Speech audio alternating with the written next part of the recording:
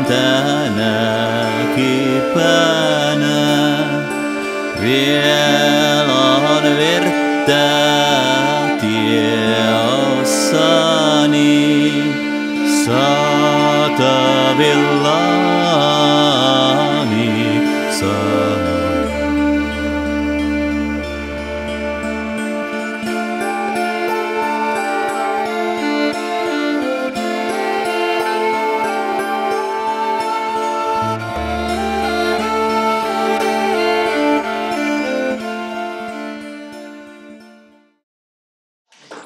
Welcome to Anima Borealis, spirit worlds and spirit masters in the north.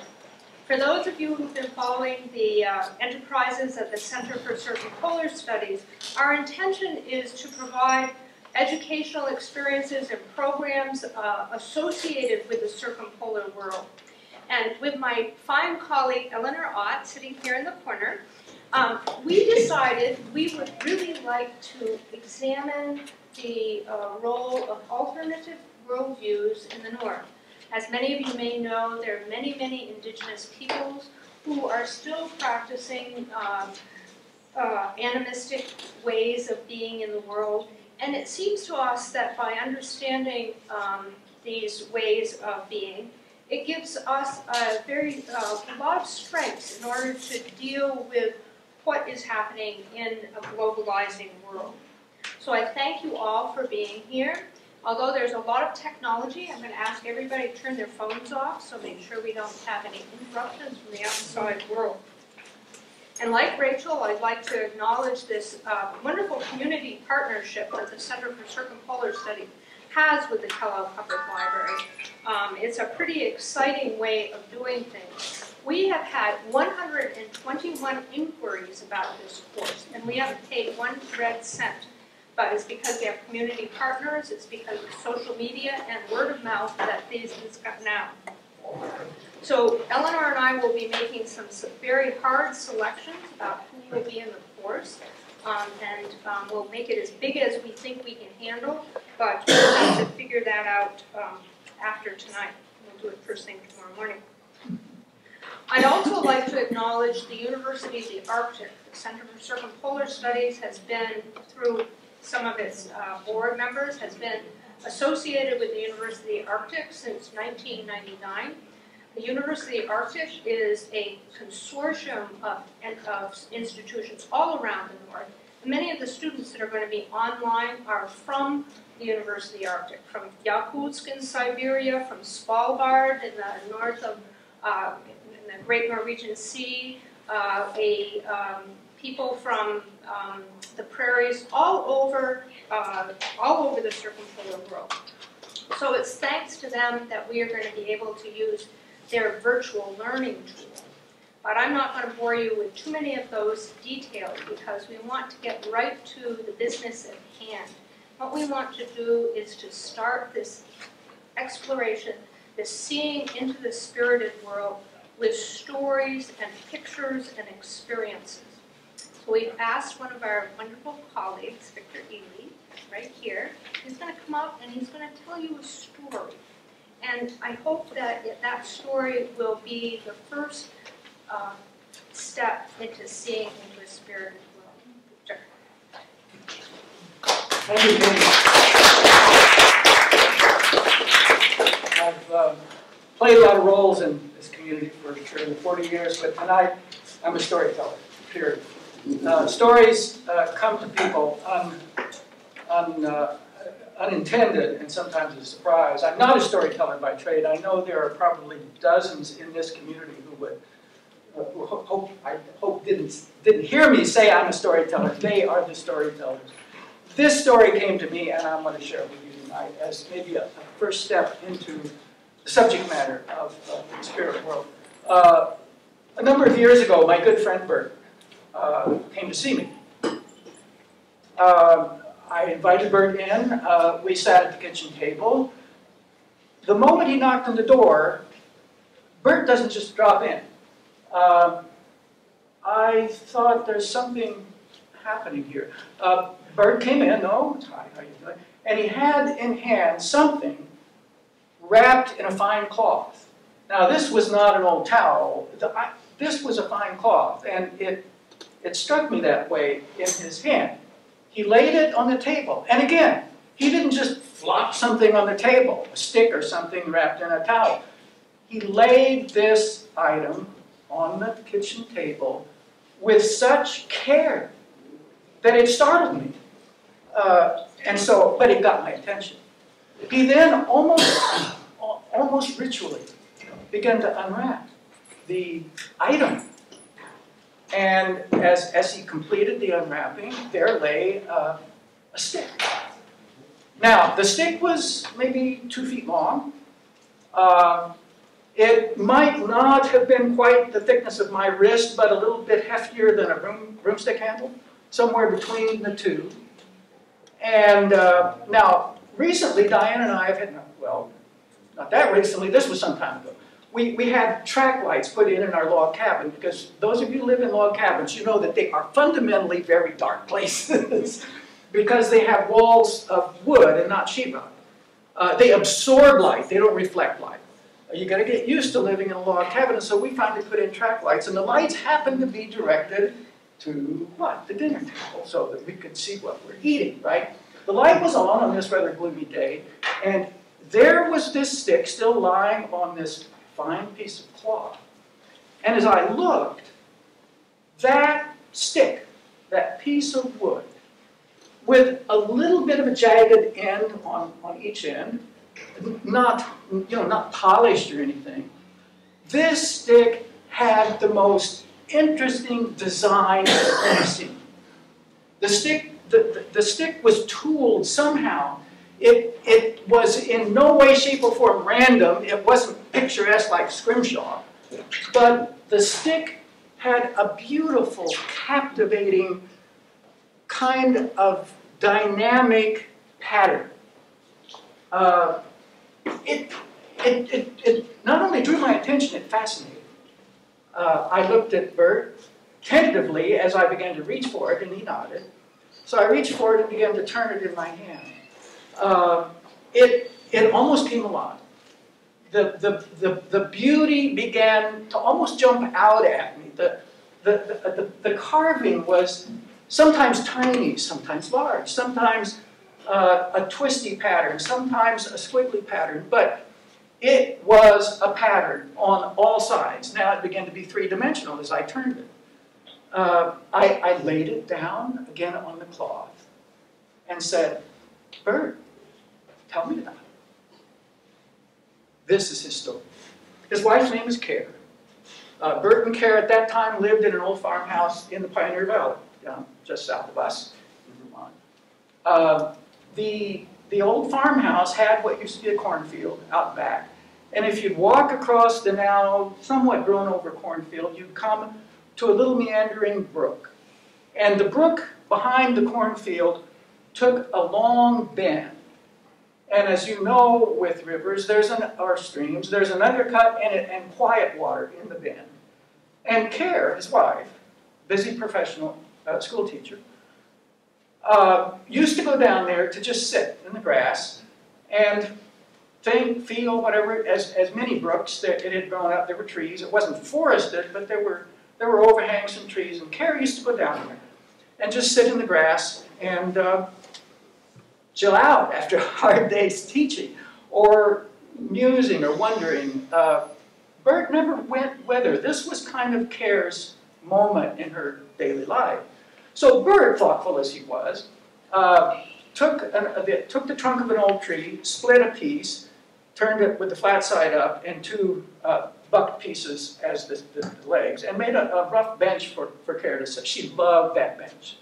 Care loved to go sit on that wooden bench in that bend in the river, and over the years she had become very aware of beaver. The beaver that worked that little stream. And the beaver, of course, over time became aware of her. Now, if anybody, I'm a fisherman, I'm a canoeist, and you know if you're a fisherman, the best time to fish is early and late, right? Well, guess what? That's the beaver active time, early and late. I've begun to realize that when the beaver just keeps circling me and flapping that tail, he's really not warning warning other beavers that this great big enemy in the canoe, he's basically interacting, you know, just, and she began to realize that too, because the beaver would slap the surface every time she would be there. And then she began to see, floating down the stream, more often on the bottom of the stream, where you'll find them, beaver chew. Does that resonate with anybody? Do you know what beaver chew is? Raise your hand. Beaver chew. Okay, is that a strange term? Raise your hand. A little bit strange? Okay. Beaver chew. The thing that's striking about beaver chew is that it's a little stick, and it's often on the bottom of the stream or lake or at the edge, as if it's waterlogged. Strangely, it sinks. Where you'd think a piece of stick would be floating, beaver chew is often found lying on the bottom, but as if it's freshly cut and golden in tone, because the bark and the cadmium layer, sometimes as big as your finger, sometimes as big as a broomstick, sometimes the thick of my arm, is missing. And if you pick it up and examine it, you can see the teeth marks of the beaver. Now, the beaver begins collecting these little snippets from trees, big, little, sometimes huge, surprisingly big, and socking them away underwater, at least through the underwater entrance and exit, in the beaver hut for the winter when the river or the stream or the lake freezes solid. Now, when it freezes solid, the beaver has no access to food. So the beaver socks away a pile of this stuff to get through the winter, the whole beaver family. And so they're sitting there with ice over the pond, nibbling on the cadmium layer, rich in all the vitamins and minerals that they need to survive the winter. Hanging out, having a good time, raising their young, and eating away the cadmium, not the hardwood, just the outer layer. And they do, just like we do, we clean our plates at dinner, right? They clean it off very nicely with their razor-sharp teeth. Now, the floods come in the spring. The floods come, go into the house, come out, and out with it go all of the leftover sticks, and they come out into the ponds and lakes where we pick them up. So, that's an aside, but it has something to do with Bert's story. Care got a phone call at school. And it was a phone call that we all hope would never happen to us. It was a phone call of a tragedy. Her longtime best friend since high school and college, and they had been in touch. They were the best of friends. She now lived a distance away in a big city in her profession, but they called every week with each other. They saw each other. They both traveled to get together with each other. The mother, in tears, said her daughter had been killed in a terrible auto accident. Cara left school. Her classroom was taken over. And she rushed home, and without, of course, even thinking, she found herself on that bench. She sat there and wailed. She screamed. She cried.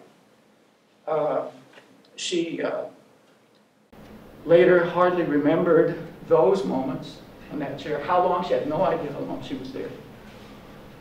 Finally, spent, tired, exhausted from her own agony and broken heart, she simply dropped her head so deep that it was between her legs. Her forehead was on her legs.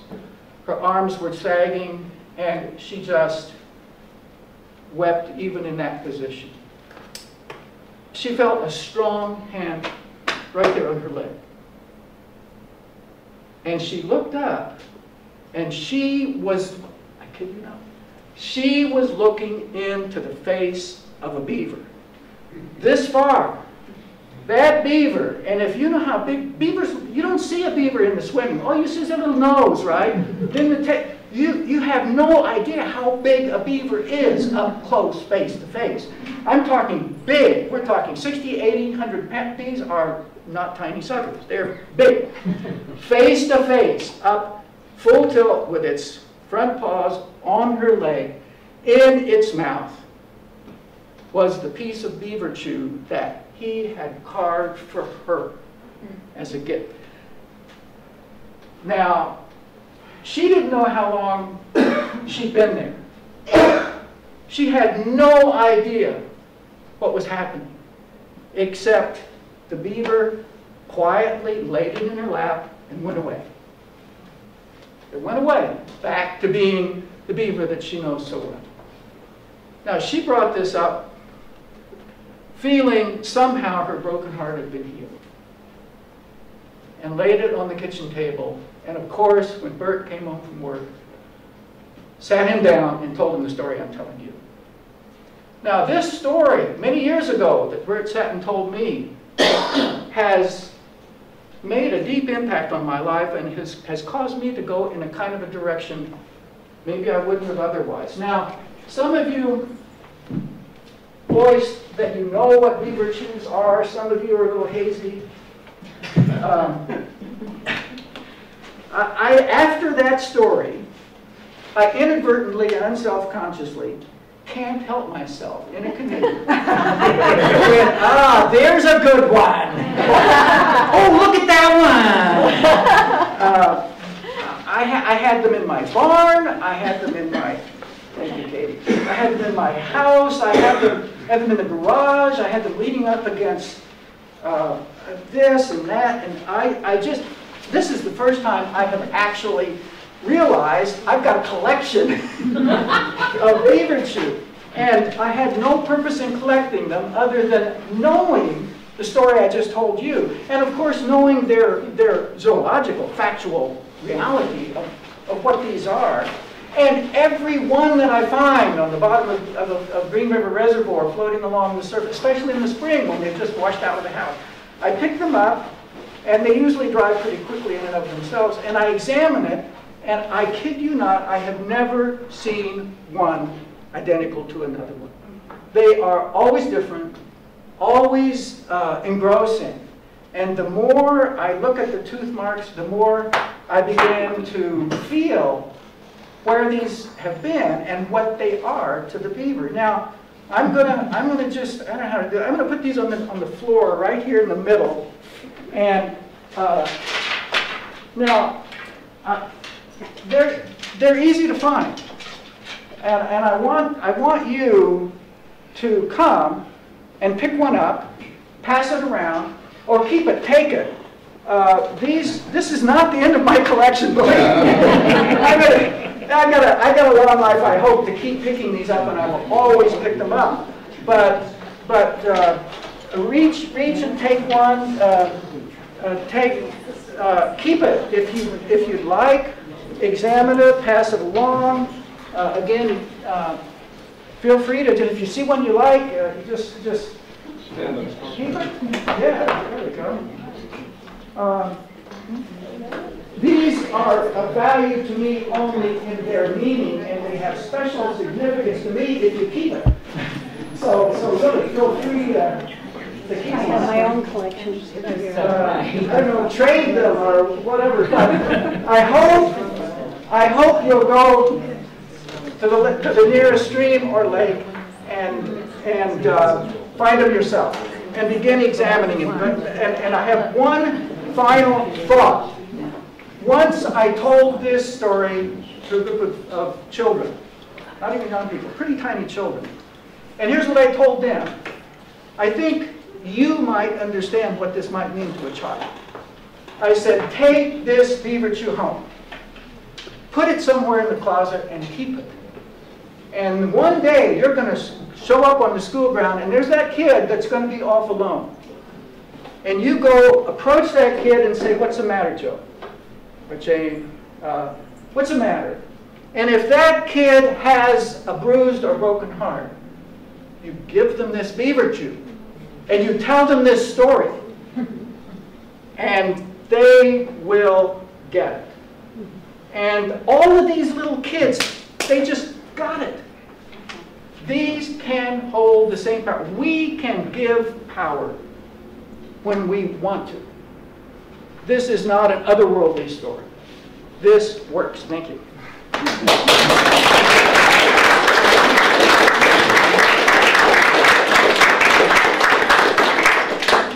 Well, thank you, Victor. I think that gives a really good little story to get started. And now I'm going to invite Eleanor Ott to come up, and I think you're going to need your drum. I'll just give us a little drum sound while they're passing out some sticks.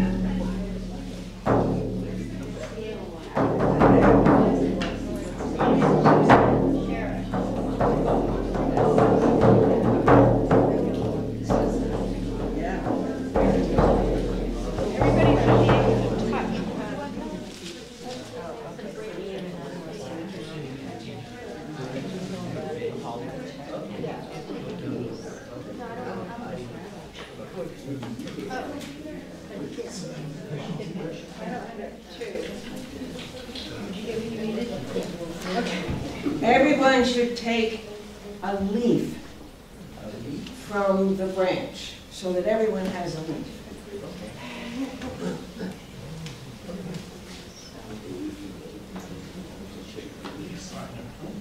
So pass the branches around so everyone gets a leaf.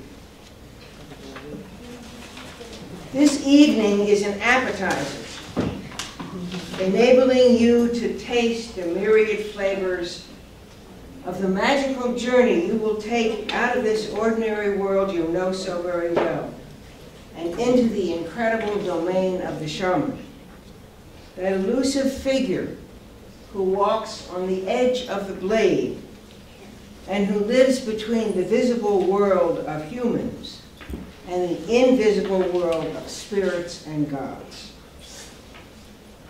Some of you may already have taken a few tentative steps along this bewildering path, but for most of you who have yet to trod this way, should you choose to come along with us on our 3-month sojourn to eat this entire meal, the terrain that stretches uncharted and unexplored before you will open up, and many strange discoveries await you. It is a journey filled with inexplicable events and mystifying phenomena.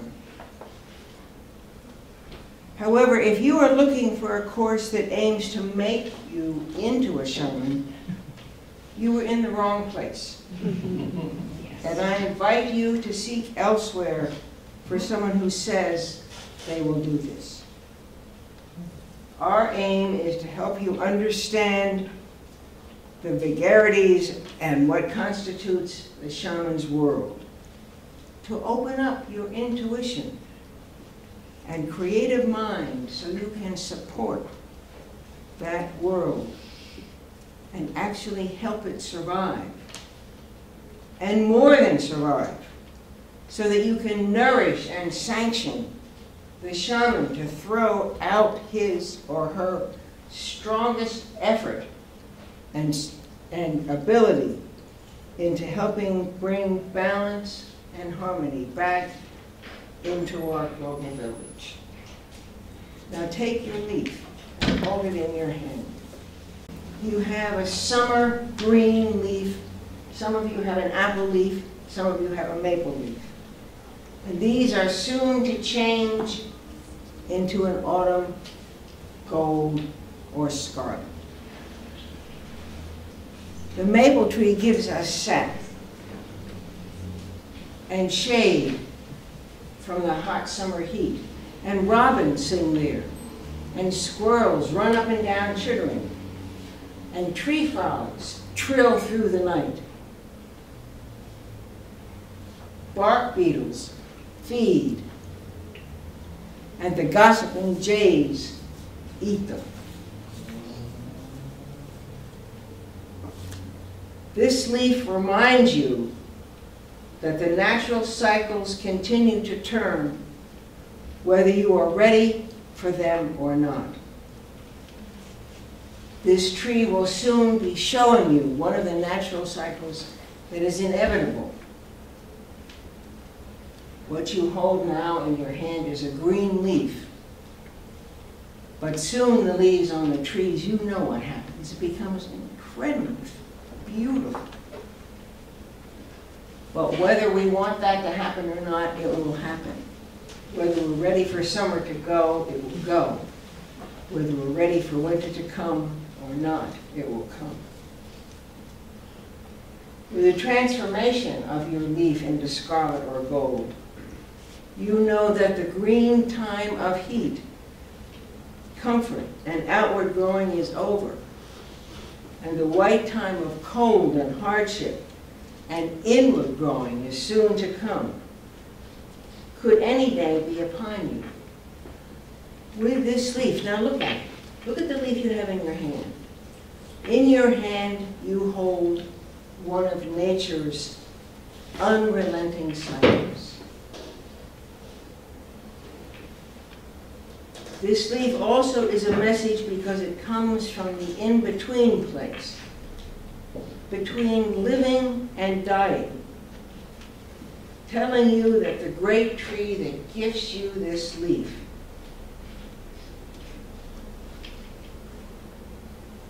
when you hold this in your hand, you hold the mystery of the space, the time, the world between living and dying. All these leaves on all these branches, now living, will soon be dead. And you hold this mystery. Look at it. Look at the leaf. It's the mystery. You hold that in your hand. And then it's well to ask, what is your response to a tree that gives you this? In the green time, do you go out and dance around your tree and decorate it with ribbons? In the cold, white time, do you go out and pour a draught from your cup of wine onto the roots of the tree? If you do this, you have stopped being a stranger to the tree and have become a friend by bringing gifts to the tree. And finally, this leaf serves as a doorway, a threshold you can use to cross between the mundane and the marvelous.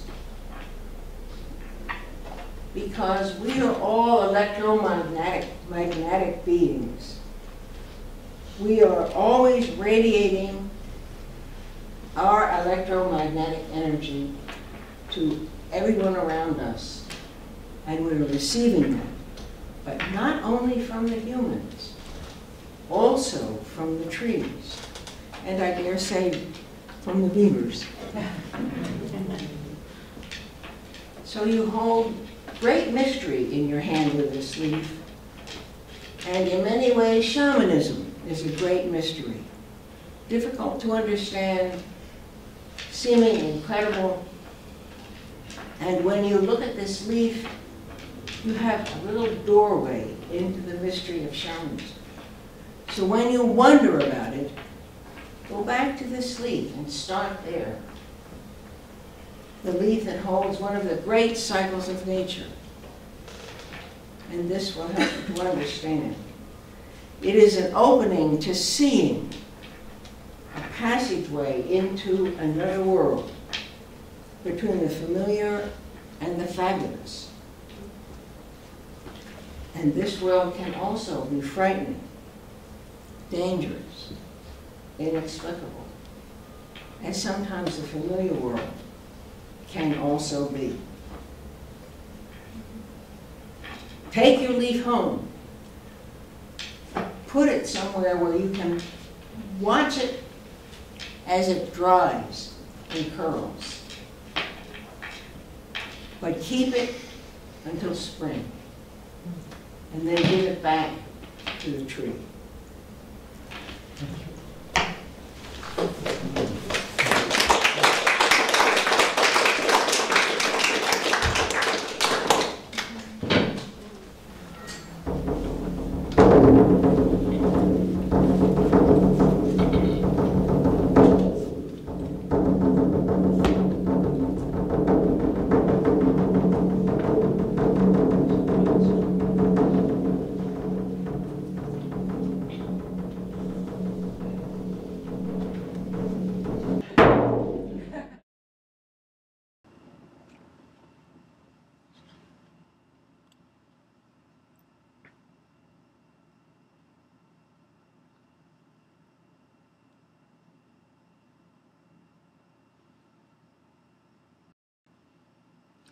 Perhaps it is enough just to draw and color the images as they appear to me on the page.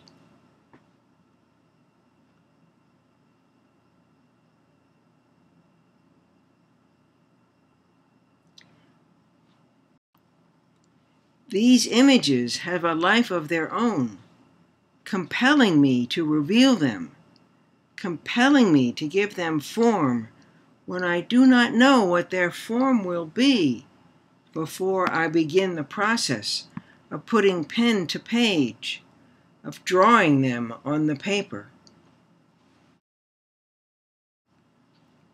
It has been now just over a year these images have been living with me, inhabiting my outer landscape as well as my inner one.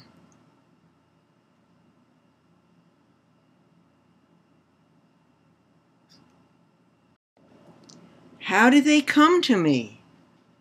They drove me to them without my knowing what they were doing.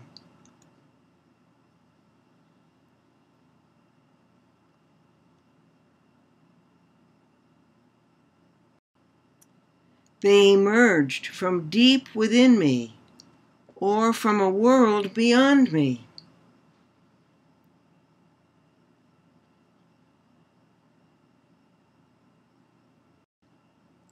Does it matter where they came from?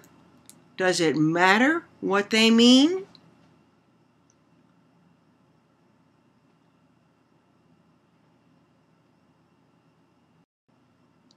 For many months, these questions have seemed irrelevant. Yet lately, as well as continuing to discover the images on the page, I have felt the urge, the need, perhaps it is a second compulsion, to look at these questions with the hope of finding some understanding.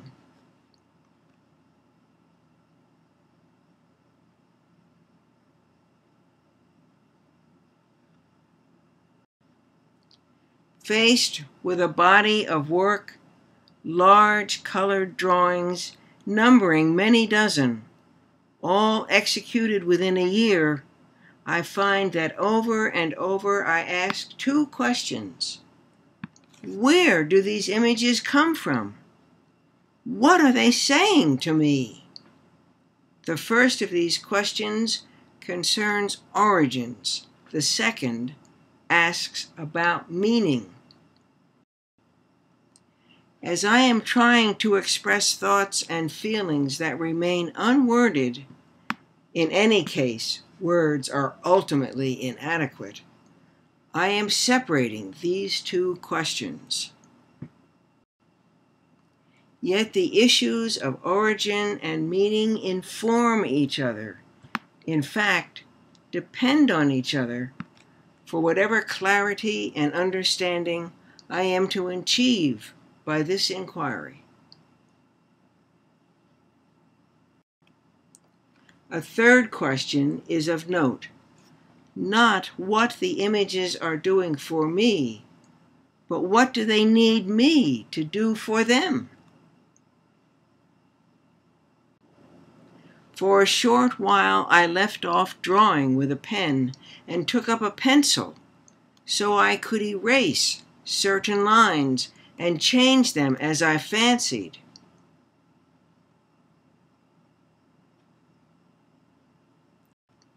Suddenly, I had no skill in my hand to draw at all.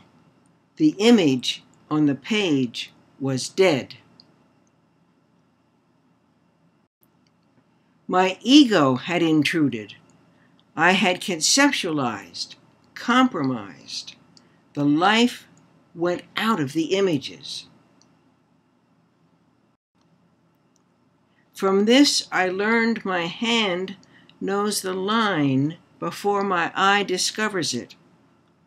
My mind only now is attempting to find meaning. Everything is imbued with vitality and spirit, with its intrinsic power. Just what this power is, I cannot say. Yet there are those, among them the spirit masters, the shamans, who can access this power, use it to help them help others. Perhaps it is more accurate to acknowledge this power allows itself to be known, and as power wills, it uses the person, the shaman, to enable healing or other work to be done.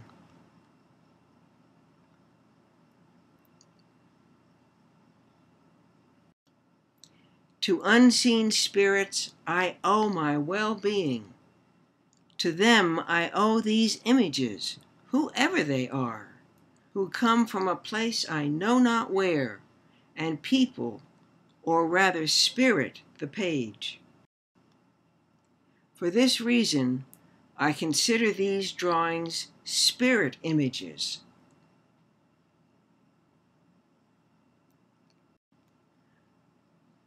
When I begin to discover a drawing, I enter a state of emptiness. It is not that the drawing is breathless on the blank page, just waiting for me to discover it. Rather, all drawings have their own spirit and power, already enlivened in them in some other realm.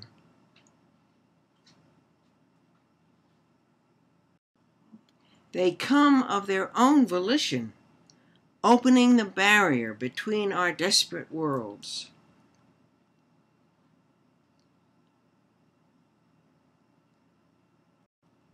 So I may image them, so I may know them.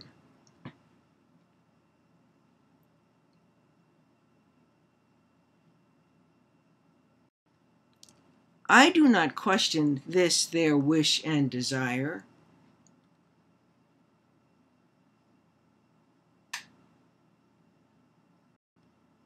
But surrender and trust.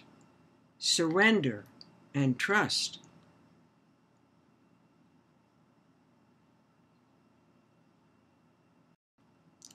In no way do they make me a shaman.